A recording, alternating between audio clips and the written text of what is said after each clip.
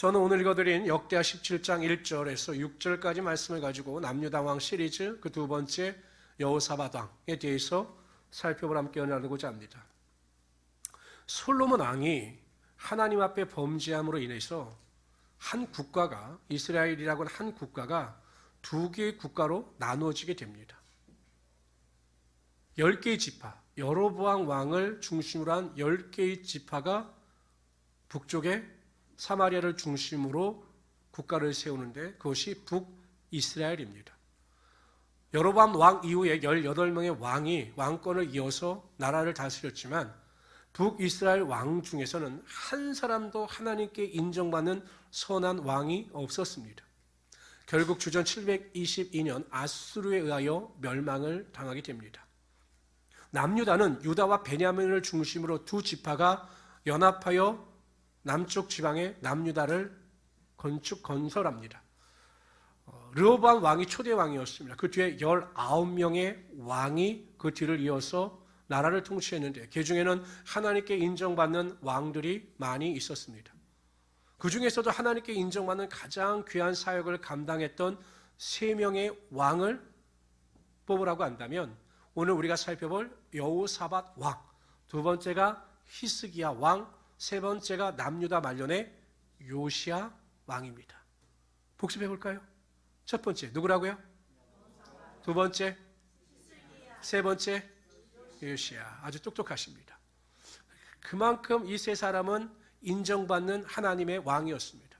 그렇기 때문에 우리가 여호사밧을 통하여 얻을 수 있는 교훈이 많이 있습니다. 그런데 문제는 하나님께 인정받는 위대한 왕이었지만 여호사밧이 100% 하나님께 대하여 온전한 자는 아니었습니다. 그에게도 단점이 있었던 거죠. 그래서 우리는 여호사밧의 장점과 여호사밧의 단점을 통하여 교훈을 얻고 우리의 삶의 신앙에 적용함으로 하나님의 영광과 믿음의 진보를 나타내기를 원합니다. 첫 번째로 여호사밧 왕의 장점에 대하여 살펴보도록 하겠습니다. 우리 역대하 17장 3절 한번 읽어볼까요? 다 같이 우리 크게 여러분들만 읽습니다. 시작.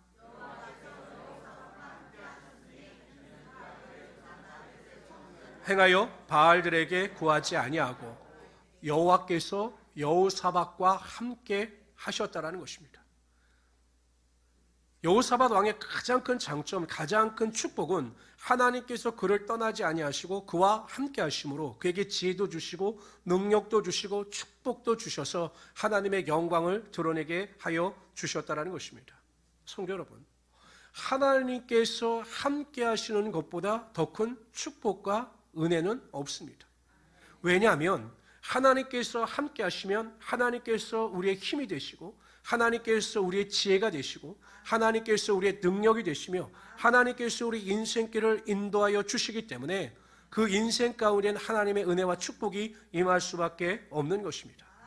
대표적인 인물이 요셉입니다. 요셉은 형들에 의하여 애굽의 종으로 종이 아니라 노예입니다. 노예로 팔려갑니다. 그리고 간 곳이 보디발의 집이었습니다. 신부는 노예예요. 그런데 그 노예 상황 가운데 기록된 창세기에 보면 요셉의 형편에 대하여 성경은 이렇게 말씀하고 있습니다. 여호와께서 요셉과 함께 하심으로 그가 형통한 자가 되어 그의 주인 애굽 사람의 집에 있으니 그의 주인이 보디발이죠. 그의 주인이 여호와께서 그와 함께 하심을 보며 또 여호와께서 그의 범사에 형통케 하심을 보았더라. 하나님께서 요셉과 함께 하시니 그의 신분이 노예임에도 불구하고 형통의 축복이 임했다라는 것입니다. 지혜를 주심으로 다른 노예들보다 더 뛰어나게 하시고 능력을 주심으로 다른 노예들이 행할 수 없는 일을 능히 행할 수 있는 형통의 복을 허락하여 주시는 것입니다. 근데 그걸 누가 봅니까? 보디발이 보는 거예요. 보디발이 믿음이 없는 사람이고 하나님을 믿지 않는 사람이었기 때문에 어떻게 보았을까 추측을 해볼 수 있습니다. 보디발이 보기에도 무엇인가 요셉은 다른 사람입니다. 다른 노예들과 섞여 살지만 뭔가 특별한 것이 보이는 겁니다. 지혜도 그렇고 능력도 그렇고 삶의 태도도 그런 거죠. 다른 노예들은 시키면 억지로 일을 하고 어쩔 수 없이 일을 하는데 이 요셉은 주도적으로 일을 하고 능력도 뛰어난 것을 본 것입니다. 그래서 물어봤겠죠. 너는 어떻게 그렇게 지혜로우며 어떻게 그렇게 능력이 있느냐? 그때 요셉이 말하지 않겠습니까? 하나님께서 나와 함께 하심으로 나를 주인의 집으로 인도하셨고 하나님께서 지혜와 명철과 능력을 주심으로 제가 이렇게 일할 수 있는 것입니다 라고 고백했기 때문에 보디발이 요셉과 함께 하시는 하나님을 알게 되었고 요셉을 통해서 함께 하시는 하나님의 형통의 능력을 목도할 수가 있었던 것입니다. 성도 여러분, 우리가 아무리 부족하다 할지라도 우리가 연약하다 할지라도 하나님께서 우리와 함께 하시면 모든 문제가 해결되고 우리의 인생의 답이 나타나게 되는 것입니다. 근데 문제가 있어요. 문제가 무엇이냐? 하나님은 그렇다고 해서 누구나 다 함께하여 주시는 하나님이 아니시다라는 것입니다. 우리가 예수를 믿고 구원을 받아서 하나님의 임재와 하나님의 은혜 가운데 살아가지만 하나님께서 누구나 다, 성도라면 누구나 다 그와 함께하여 주셔서 하나님의 지혜와 명철과 능력을 부어주시는 하나님은 아니시다라는 것입니다. 하나님은 하나님의 뜻에 합당한 자에게 동행하심을 통해서 능력을 허락하여 주시는 겁니다. 그래서 여호사밧 같은 경우는 하나님께서 왜 그와 함께 하셨는가 이렇게 기록하고 있어요. 다 같이 읽어봅시다. 시작. 오직 그의 아버지 하나님께 구하며 그의 계명을 행하고 이스라엘의 행위를 따르지 아니하였습니다. 첫째, 하나님께만 구했다라는 것입니다. 하나님께만 기도했다라는 것이에요. 왕입니다. 권력이 있어요. 그런데 자신의 권력을 가지고 사람께 구한 게 아니라 하나님께만 구했다라는 것입니다. 대표적인 예가 우리가 잘 알고 있는 이야기입니다.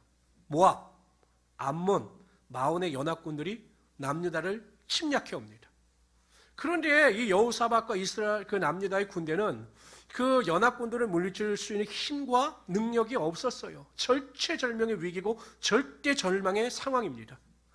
그때 여호사밧이 어떻게 했느냐? 성경에 보면 이렇게 기록되어져 있습니다. 역대하 20장 3절 4절에 보면 여호사밧이 두려워하여 여호와께 낯을 향하여 간구하고 온 유다 백성에게 금식하라 공포하며 유다 사람이 여호와께 도우심을 구하려 하여 유다 모든 성읍에서 모여와서 여호와께 간구하더라.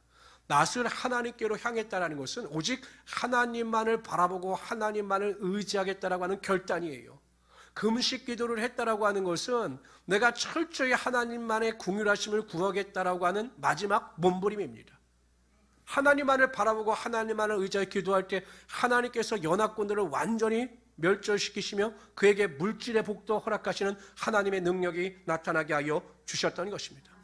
그런데 여러분, 여호사밧에게 함께 하셨던 하나님이 오늘도 살아서 저희와 함께 하시며 구하는 자들에게 함께 하여 주셔서 하나님의 능력이 반드시 나타나게 하여 주시는 것입니다. 이제 제가 정기적으로 이렇게 모이는 제 후배 목회자들과 후배 목회자와 동기 목사가 있어요. 굉장히 친한 목사죠. 그런데 제가 그 동기 목사 아버님이 오래전에 소천하셨고 제가 그 장례식장도 갔다 왔는데 그때 왜 아버님이 돌아가셨는지 63세에 돌아가셨는지 왜 돌아가셨는지를 묻질 않았던 거예요. 그래서 제가 그 동기 목사에게 물었습니다. 야, 누구야? 그때 아버님이 일찍 돌아가셨는데 그때 왜 돌아가셨지? 난 아버님이 돌아가신 이유도 몰랐고 그래서 너를 어떻게 위로할지도 몰랐는데 왜 돌아가셨지? 라고 물었더니 그 자초지종을 이야기하는 겁니다. 토요일날 저녁에 그 아버님이 너무 가슴이 아파서 병원에 갈까 하다 가지 못하고 다음날 아침 주일날 목사님께 대하여 기도를 받은 거죠. 목사님 제가 밤새 가슴에 통증 때문에 잠을 못 잤습니다. 기도해 주세요. 그럼 목사님이 그 증세를 보면 심근경색이잖아요. 그러면 기도해 주시고 빨리 병원에 가보십시오. 하나님께서 또 좋은 의사를 만나게 해주세요. 이렇게 하셨어야 되는데 목사님이 거기다 대고 마귀병이구만 이러셨다는 거예요. 그래서 아버님이 집에 오셔서 주일날도 밤새 기도하셨는데 너무 아파서 병원에 가려고 월요일날 친구에게 전화를 했어. 내가 어디 병원으로 가니? 글로 와라. 그리고 병원에 가는 도중에 소천하셨다는 거예요. 심근경색으로. 제가 그걸 보면서 이런 생각이 들었습니다. 우리가 세상을 살아가면서 병에 걸릴 수 있어요. 육체의 고통을 당할 수가 있습니다. 그런데 우리가 무슨 병이든지 지금은 여러분 암과 같은 병도 초기에 발견하여 치료하면 거의 완치율이 높습니다. 그러니까 뭐든지 초기에 발견하면 문제가 되지 않아요. 그런데 그 병을 방치하고 발견하지 못해서 최악의 상황 가운데 병을 발견하고 치료하게 되면 시간도 오래 걸리고 고통도 그만큼 크다라는 것입니다. 제 친구 아버님은 치료 시기를 놓친 거죠. 그래서 소천하신 것 아니겠습니까? 우리의 삶의 문제가 그렇습니다. 우리가 살아가다 보면 예상치 못하는 많은 문제를 만나요. 예수 믿는다고 해서 문제로부터 전혀 자유로운 사람이 어디 있습니까? 아무리 사소하더라도 마음의 무거움을 안겨다주는 문제를 만나게 되어 있어요. 실직의 문제, 질병의 문제, 직장의 문제, 사업장의 문제, 자녀의 문제, 사소한 문제라도 만나게 되어 있습니다. 그럴 때 하나님께서 사인을 주시는 거예요. 기도하라, 나만 바라봐라 하고 사인을 주시는 겁니다. 그때 결단하고 주님 앞에 나와 간절한 마음을 가지고 그 문제를 위하여 기도하면 초기에 그 문제를 해결할 수가 있는 것입니다. 하나님께서 주시는 지혜를 가지고 하나님만을 바라보며 기도하면 그냥 초기에 그 문제가 해결되는 거예요. 근데 성도들은 얼마나 답답한지 그 문제가 악화될 때까지 기도하지 않는 거예요. 누가 아프다든지 그 아픈 것의 뜻이 어디 있는지 몰라요. 우리의 죄로 인한 것인지 하나님의 뜻이 몰라요. 그에 대해서 속히 기도하면 하나님께서 그 사인을 통해서 모든 것을 해결해 주시고 하나님의 뜻을 이루게 하여 주시는 것입니다. 근데 무슨 고집인지 기도를 하지 않아요. 문제가 악화될 때까지, 상처가 고름이 될 때까지 참는 것처럼 문제가 악화될 때까지 기도를 하진 않아요. 기도하라고 하나님은 계속 사인을 보내주시고 기도하라고 겸손하라고 알려주시는데 끝까지 기도하지 않습니다. 나중에 어떻게 됩니까? 내 힘과 능력으로 해결할 수 없으니까, 세상에 도울 사람이 없으니까 그때 나와서 하나님께 기도하는데 그 문제가 해결되고 회복되어지는 그 시간이 얼마나 길고 당하지 않아야 될 고통을 얼마나 당하는지 모른다는 사실이에요. 제가 성도들의 패턴을 보면 대부분 이렇습니다. 초기에 해결할 수 있는 문제, 초기에 모든 것이 다 해결될 수 있는 상황임에도 불구하고 기도하지 않고 나태함과 게으름을 가지고 나가다가 문제가 악화되었을 때 그때야 비로소 나와서 하나님께 기도하니 시간과 또한 고통이 그만큼 가중되더라는 것입니다. 가장 지혜로운 성도들은 어떤 성도들이냐? 문제가 있든 문제가 없든 항상 깨어서 하나님께 기도하는 성도들이에요. 우리 교회 캐치프레이드 아닙니까? 20분 이상 기도하면 인생이 바뀌어요. 20분 이상 기도하면 문제가 밥이 됩니다. 20분 이상씩 기도하면 영적인 능력자가 됩니다. 안 하니까 문제죠. 가장 지혜로운 성도는 문제가 있든 없든 항상 깨어서 20분 이상씩 기도하는 것을 삶의 기쁨으로 아는 자들에겐, 그래서 하나님만을 바라보는 자들에게는 하나님의 능력이 임하며 하나님께서 그와 동행하여 주시는 것입니다. 두 번째, 조금 지혜로운 분들은 문제가 발생하면 그 시그널을 듣고 하나님 앞에 나와 집중적으로 기도하는 성도예요.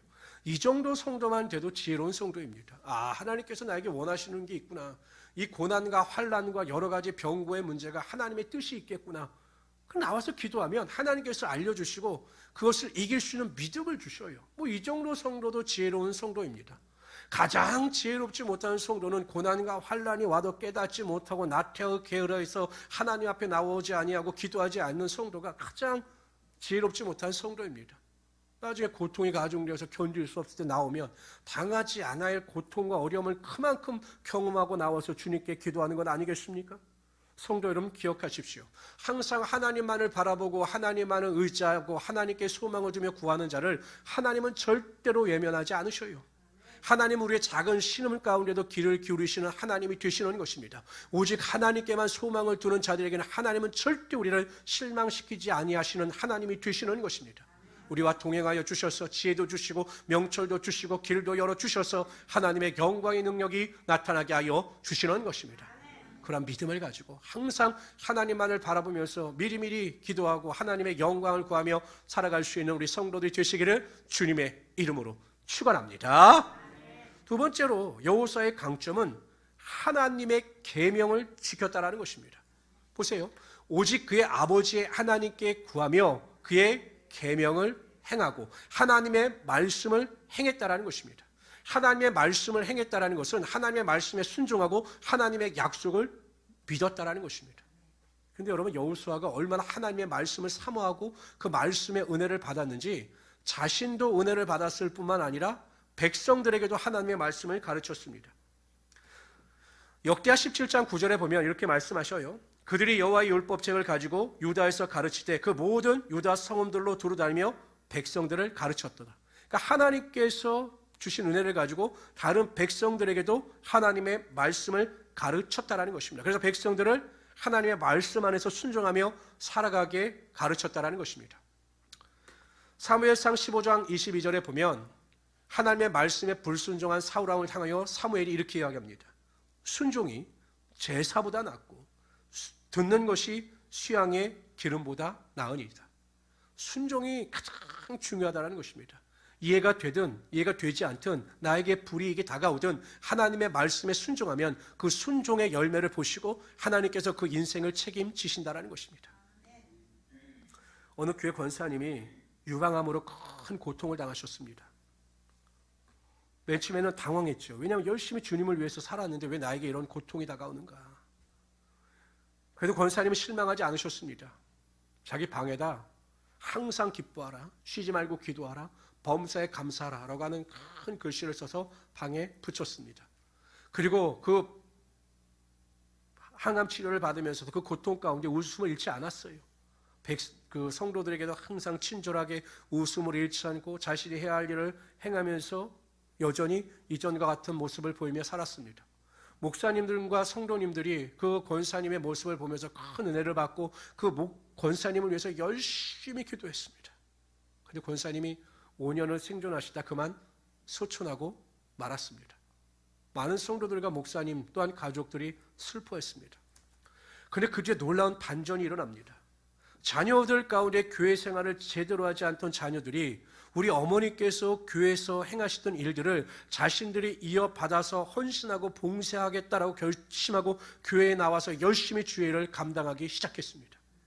그 권사님이 눈물을 흘리며 자녀들의 구원을 위해서 기도했는데 그 열심히 없었던 자녀들이 그 어머님의 소천을 계기로 해서 주님의 일에 헌신하고 주님의 영광을 위하여 살아가기 시작했습니다. 권사님의 기도가 응답되기 시작한 것입니다. 성도들은 그 권사님의 믿음의 본을 받아서 소천하신 그 장례회가 끝나고 나자 그 권사님이 하시던 일, 권사님이 하셨던 그 선한 일에 대해서 우리도 최선을 다하자라고 결심하여 교회가 하나가 되고 하나님의 은혜와 능력이 넘치는 교회로 변화가 되었습니다. 권사님들 친구들 가운데 믿지 않던 친구들이 그 장례 예배 때 찾아왔다가 은혜를 받아서 기도하던 그 친구들이 구원을 받아 하나님을 믿기 시작했습니다. 여러분 보세요. 고통 가운데 좌절 가운데 낙심하지 아니하고 하나님의 말씀에 순종하여 기뻐하고 쉬지 않고 기도하여 범사에 감사하는 삶을 살았더니 하나님께서 그의 죽음을 통하여 영광을 받아주시고 그의 삶에 하나님의 놀라운 능력이 나타나게 하여 주셨던 것입니다. 저는 요즘에 운전을 하면서 참 감사한 것이 이 내비게이션입니다. 예전에는 이 내비게이션이 발명되기 전에는 어디를 가려고 하면, 모르는 낯선 곳에 가려고 하면 지도책을 찾아가지고 그 지도책을 펼쳐놓고 가면서 묻고 하면서 어렵게 그것을 찾아갔어요. 맛집 한번 찾아가려고 하면 너무 힘이 들었어요. 그런데 요즘엔 여러분 내비게이션이 있어가지고 내비게이션의 목적지를 딱 하면 티맵 같은 경우는 실시간대로 가장 빠르게 갈 수 있는 길을 딱 가르쳐 줍니다. 제가 얼마 전에도 모르는 곳을 딱 찾아가는데 그 내비게이션에서 그 아름다운 아가씨께서 막 저에게 친절하게 인도해 주시는 거예요. 200m 가서 우회전을 트십시오. 네, 감사합니다. 좌회전. 그냥 그대로 내내 하면서 가면 목적지에 다다랐습니다. 그러다 제가 깨달은 게 있어요. 과연 내가 하나님의 말씀에 이렇게 민감하게 반응하며 하나님의 말씀에 인도하심을 받고 있는가? 매일매일 매 순간마다 하나님의 말씀을 쫓아 내가 살아가고 있는가라는 생각을 하게 되었습니다. 성도 여러분, 하나님의 말씀이 여러분의 삶의 기준이 되게 하시고 하나님의 말씀이 여러분의 삶의 좌표가 될 수 있도록 하나님의 말씀에 절대적으로 순종하며 살아갈 수 있는 하나님의 귀한 성도들이 되시기를 주님의 이름으로 축원합니다. 말씀을 들으면 결단하세요. 아니, 원수를 사랑하라. 그럼 정말 사랑하라고 노력해야 되지 않겠습니까? 비판하지 말라. 그럼 비판하지 않도록 노력해야 되지 않겠습니까? 그런데 여러분, 우리 듣기만 합니다. 실천하지 않아요. 그게 하나님의 말씀에 불순종하는 것 아니겠습니까? 그런 자에게 무슨 하나님의 은혜와 능력이 임하겠습니까? 힘들어도 부족해도 말씀이 주시는 은혜를 쫓아 순종하고 결단할 때 하나님은 여러분들과 함께 하시며 하나님의 은혜와 능력이 반드시 나타나게 하여 주실 것입니다. 세 번째로요, 여호수아의 강점은 이스라엘의 행위를 따르지 않았다는 것입니다. 보세요. 이스라엘의 행위를 따르지 아니하였습니다. 이스라엘의 행위란 우상을 섬긴 겁니다. 이스라엘 백성들이 섬기던 대표적인 우상이 바알과 아세라예요. 들어보셨죠? 바알과 아세라 들어보셨나요? 네. 그렇죠. 하경영제 들어보셨죠? 네. 우리 하경영제만이 참 나를 즐겁게 해줘. 저렇게. 바알과 아세라예요. 근데 이 바알과 아세라는 농경인 신이고 다산의 신입니다. 그러니까 농사를 지으면 풍요롭게 해주는 신이 바알과 아사라고, 기도하면 다산의 축복을 주는 신이 이 바알과 아세라 신이다. 그러니까 이스라엘 백성들은 눈에 보이는 축복을 얻기 위하여, 눈에 보이는 풍성함을 얻기 위하여 바알과 아세라를 섬긴 겁니다. 바알과 아세라를 섬긴다고 해서 하나님께서 말씀하신 것처럼 거룩하게 살아라, 계명을 지켜라, 이런 요구도 없어요. 그러니까 편안하게 살 수 있고 풍성함을 누리며 살 수 있는 신이 이 바알과 아세라니까 육체의 쾌락을 쫓아 그들은 바알과 아세라를 섬겼던 것입니다. 어쩐 종교적 목적이 아니라 자신들의 삶의 육신의 목적을 위해서 신을 섬긴 거죠. 그런데 여러분, 이 여호사밧 같은 경우는 그러한 사람들의 악행을 따르지 않은 거예요. 세상의 즐거움과 세상의 유익을 쫓지 않은 것입니다. 사도 바울이 로마서를 기록할 때 로마서 1장부터 11장까지는 교리의 문제를 다뤘습니다. 칭의, 성화, 구원론에 대해서 다루고 있어요. 그리고 12장서부터 16장까지는 구원을 얻은 성도들이 어떻게 거룩한 성화의 삶을 살아가는지 구체적인 방법을 제시해 줍니다. 그런데 그 구체적인 방법을 제시해 주면서 압축 요약한 것이 로마서 1장 12장 1절 2절이에요. 거기에 보면 이렇게 기록되어 있습니다. 그러므로 형제들아, 내가 하나님의 모든 자비하심으로 너희를 권하노니 너희 몸을 하나님이 기뻐하시는 거룩한 산 제물로 드리라. 이는 너희가 드릴 영적 예배니라. 첫 번째, 성도들에게 있어 가장 중요한 것, 세상을 본받지 아니하고 세상을 쫓아 살지 않는 가장 첫 번째는 예배입니다. 그 두 번째는 이렇게 말씀하십니다. 너희는 이 세대를 본받지 말라. 세상의 영향을 받지 말라라는 것입니다. 세상의 가치관을 쫓아 살아가지 말라라는 것입니다. 세상의 가치관이 나의 가치관이 되지 않도록 조심하라는 것입니다. 요한계시록 3장 2장 3절에 보면 소아시아 7교회에 대한 책망과 칭찬이 나와요. 그 가운데 마지막 교회가 라오디게아 교회입니다. 그런데 이 라오디게아 교회에 대한 책망과 칭찬을 듣고 있으면 우리가 살아가고 있는 이 시대의 모습, 이 시대의 교회, 이 시대의 성도들과 너무 유사하다는 것입니다. 한번 들어보십시오. 라오디게아에 대한 책망입니다. 내가 네 행위를 아노니 네가 차지도 아니하고 뜨겁지도 아니하도다. 네가 차든지 뜨겁든지 하기를 원하노라. 내가 이같이 미지근하여 뜨겁지도 아니하고 차지도 아니하니 내 입에서 너를 토하여 버리리라. 얼마나 하나님께서 역겨우셨으면 그들을 토하여 내어 버린다, 이렇게 말씀하셔요. 그런데 여러분, 이러한 죄악 가운데 살아가고 있는 라오디게아 교회는 진짜 자신들에 대해서는 뭐라고 생각하느냐, 이렇게 생각합니다. 네가 말하기를 나는 부자라, 부유하여 부족한 것이 없다 하니 네 곤고한 것과 가련한 것과 가난한 것과 눈먼 것과 벌거벗은 것을 알지 못하는도다. 라오디게아 교회의 목적은 부함이었습니다. 남들처럼 부자이고 풍족함을 누리면 그것이 마치 삶의 전부인 것처럼 착각했어요.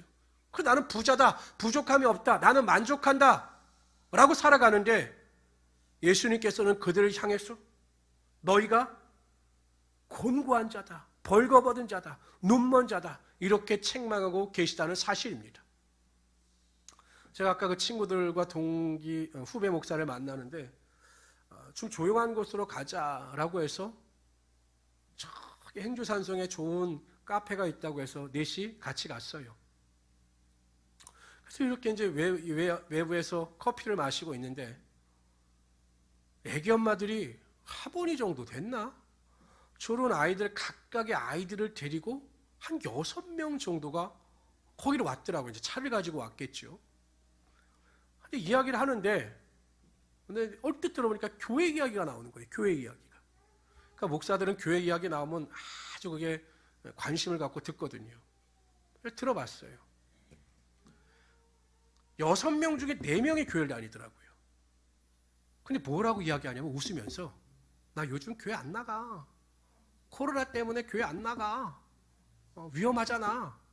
이러는 거예요. 속으로 그랬어요. 거긴 왜 나오니 너? 거긴 왜 나와요? 아니 교회 나가서 예배 드리는 것이 위험하면 왜 거긴 왜 나옵니까? 그 6명이 모여서 먹고 마시고 즐거워하면서, 근데 그게 부끄러운 것도 모르고 교회 안 나가는 것을 자랑합니까? 그래서 그때 생각했어. 구원받지 못한 자일 거다. 구원받아서 하나님의 자녀가 된 자가 어떻게 저렇게 예배에 대해서 쉽게 이해하고 예배를 조롱하듯이 말을 할까? 너무 가슴이 아팠어. 그럼 다른 두 사람은, 교회 안 다니는 사람이 들으면 무슨 생각을 했을까요? 저는 너무 가슴이 아파. 아니 거기까지 차를 끌고 외진데 나올 열정이 있으면 그 교회 나가는 게 뭐가 어렵습니까? 가정에서 예배 드리는 게 뭐가 어렵습니까? 가정에서 예배도 안 드리더라고요, 말 들어보니까. 근데 이게 교회의 문제예요. 그러니까 여러분, 6만 개 교회 가운데 1만 개가 문을 닫았습니다. 지금 한국 교회가. 이해가 안 가요. 저는 아무리 이해를 하려고 해도 이해가 안 가는데 이게 교회의 실태예요. 나의 부함을 자랑합니다. 아파트 자랑합니다. 아파트 얼마 올랐다 자랑합니다. 나 이번에 좋은 차 샀다 자랑합니다. 좋은 집 샀다 자랑합니다. 좋은 가방 샀다고 자랑합니다. 왜 하나님을 자랑하지 않느냐라는 거예요. 모이면 예수 이야기하고 모이면 십자가 이야기해야지 왜 세상적인 이야기하면서 세상 사람들과 똑같은 이야기 하느냐라는 것입니다. 이게 라오디게아 교회예요. 그런데 여러분, 이스라엘 백성이 그렇게 살았던 겁니다. 그런데 하나님께서 여호사밧이 그렇게 살지 않고 하나님만을 위하여 사니 그를 구별하여 세우시고 그에게 하나님의 능력이 나타나게 하여 주셨다라는 거예요. 저는 솔직히 예수 잘 믿으면 잘 살 수 있는데 이해가 안 돼요. 정말 예수를 위해서 목숨을 바치면 하나님께서 지금도 살아서 역사하심을 우리의 삶에 부어주시는 은혜가 있는데 우리가 그렇게 살지 못하기 때문에 하나님의 은혜와 축복을 누리지 못하는 것 아니겠습니까? 정말 좋은 길이 있고 하나님을 위하여 살면 하나님께서 책임지시는데 왜 세상을 쫓아 살며 세상의 기준이 나의 인생의 기준이 되는지 모르겠다라는 것입니다. 세상을 쫓아 살아가는 자들은 반드시 조롱과 멸시를 당하게 되어 있어요.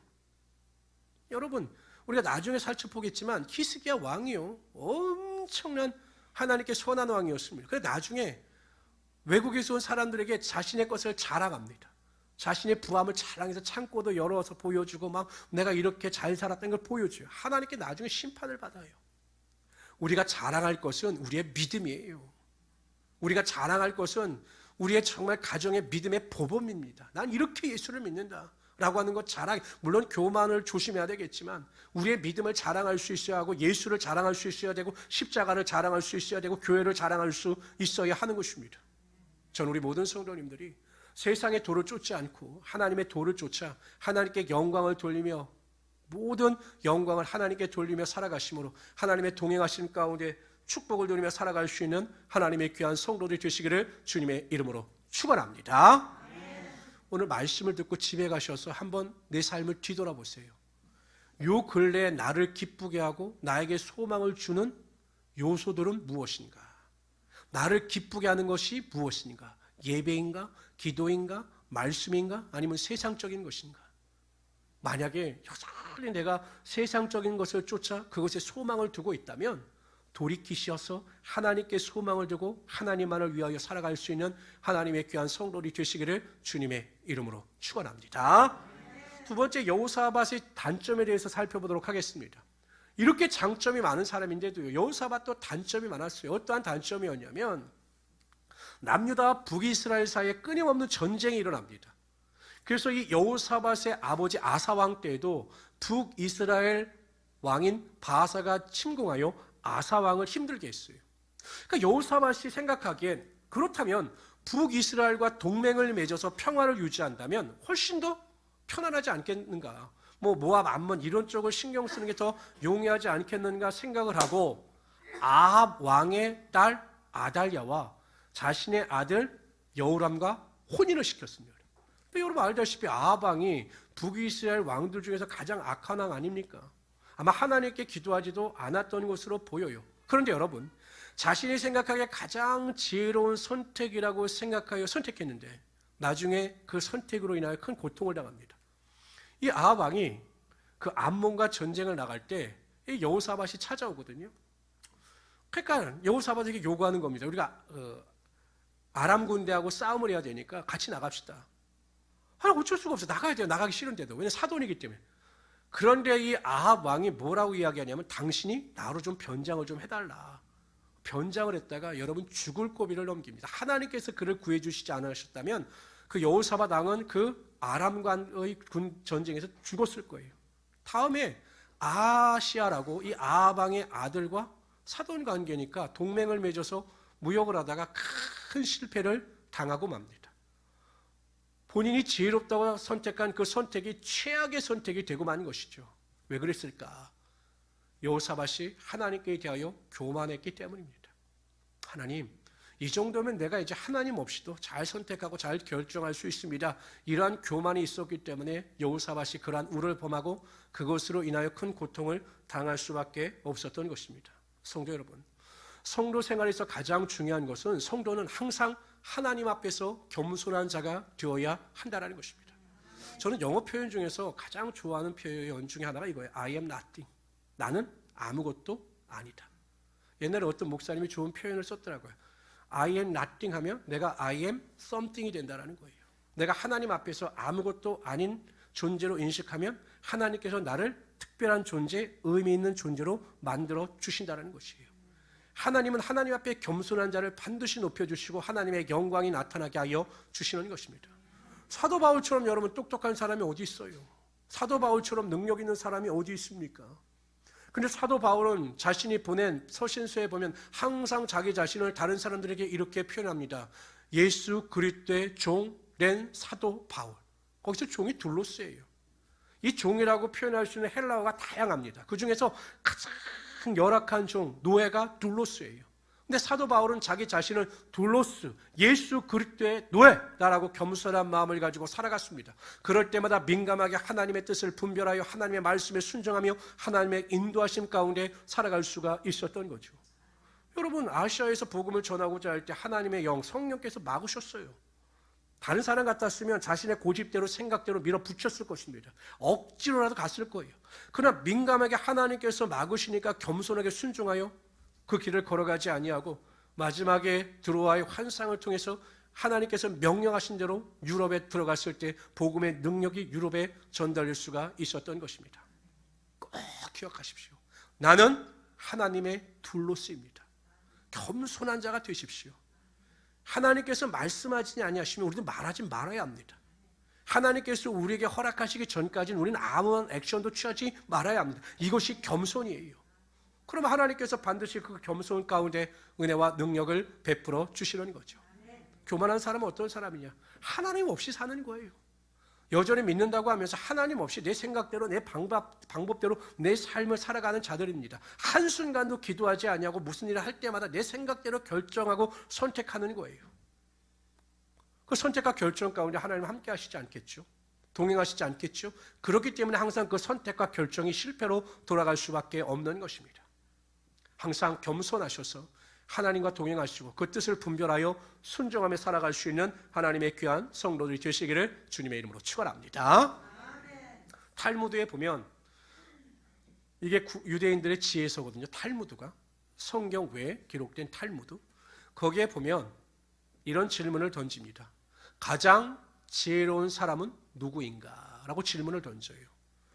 그리고 그 질문에 대해서 이렇게 대답을 합니다. 모든 사람에게 배우는 사람이 지혜로운 사람이다. 예전에 제가 고등학교 다닐 때 저희 고등학교 2학년 때 담임 선생님 물리 선생님이셨어요. 근데 이 물리 선생님이셨는데 저희들에게 가끔 지혜로운 말씀을 주십니다. 제가 아직도 잊어버리지 않는 그 교훈 중에 두 가지가 있는데, 한 가지는 그분이 예수를 믿지 않는 분이셨는데도 인생을 살아가다 보면 그 인생 가운데 절호의 기회가 3번 찾아올 것이다. 그 3번의 기회를 어떻게 잘 선용하느냐에 따라 너희들의 인생이 결정될 것이다. 그러니까 지혜롭게 주어진 기회를 잘 선용하라. 예수를 믿지 않는 분들이 어떻게 이렇게 말씀하셨는지 몰라요. 그리고 또 한 가지는 뭐라고 말씀하셨냐면 항상 3사람이 모여 있으면 그 중에 반드시 스승이 있다라는 거예요.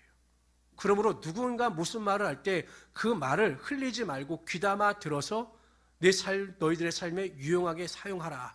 이런 말씀을 해주셨는데 그게 나이가 들어갈수록 정말 지혜의 말씀이었다라는 것을 생각하게 됩니다.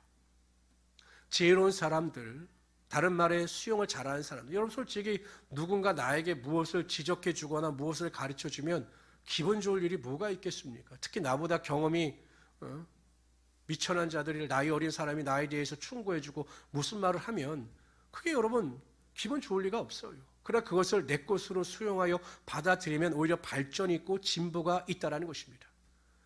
신앙생활을 하면서 가장 지혜로운 성도들은 성경을 통해서 배우는 자들입니다. 성경의 인물을 통해서 배우는 것이에요. 성경의 인물들의 장점을 내 장점으로 삼으며 단점은 극복하여 더 발전시키며 살아가도록 노력하는 성도들이 지혜로운 성도들이고 그러한 삶에 하나님의 은혜와 능력이 나타나게 되는 것입니다. 꼭 기억하십시오. 우리의 인생의 가장 큰 축복은 많은 것을 소유하는 것이 아니라 하나님께서 나와 함께 하시는 것입니다. 하나님께서 나와 함께 하시는 것만큼 큰 복이 없어요. 하나님께서 나와 함께 하시면 능치 못할 일이 없기 때문입니다. 그러기 위해서 하나님만을 바라보십시오. 제가 매일 강조하지 않습니까? 제발 20분 이상씩 한번 기도해 보십시오. 기도하면 인생 바뀌어요. 바뀝니다. 왜 문제가 해결되지 않느냐? 기도하지 않기 때문에 그래요. 내 환경의 문이 왜 열어지지 않느냐? 기도하지 않기 때문에 그래요. 왜 내가 병의 고통을 당하고 있느냐? 기도하지 않기 때문에 그래요. 20분 이상씩 기도하고 하나님만을 바라보면 하나님은 절대 우리를 실망시키지 않으신다는 것입니다. 오늘부터 결단하시고 믿음을 가지고 하나님만을 바라보며 살아가시길 바랍니다. 두 번째, 하나님의 말씀을 읽으세요. 그리고 하나님의 말씀을 분별하세요. 그리고 하나님의 말씀에 순종하세요. 세 번째, 세상을 본받는 자들이 되지 말고 하나님의 영광을 드러내는 자들, 하나님의 영적인 일에서 기쁨과 만족과 행복을 누리며 살아갈 수 있는 하나님의 귀한 성도들이 되시기를 주님의 이름으로 축원합니다. 마지막으로 무슨 일에든지 교만하여 내가 하려고 하지 말고 겸손하여 하나님의 뜻을 물으며 하나님 앞에 낮아진 자로서 살아가는 하나님의 귀한 성도들이 되시기를 주님의 이름으로 축원합니다.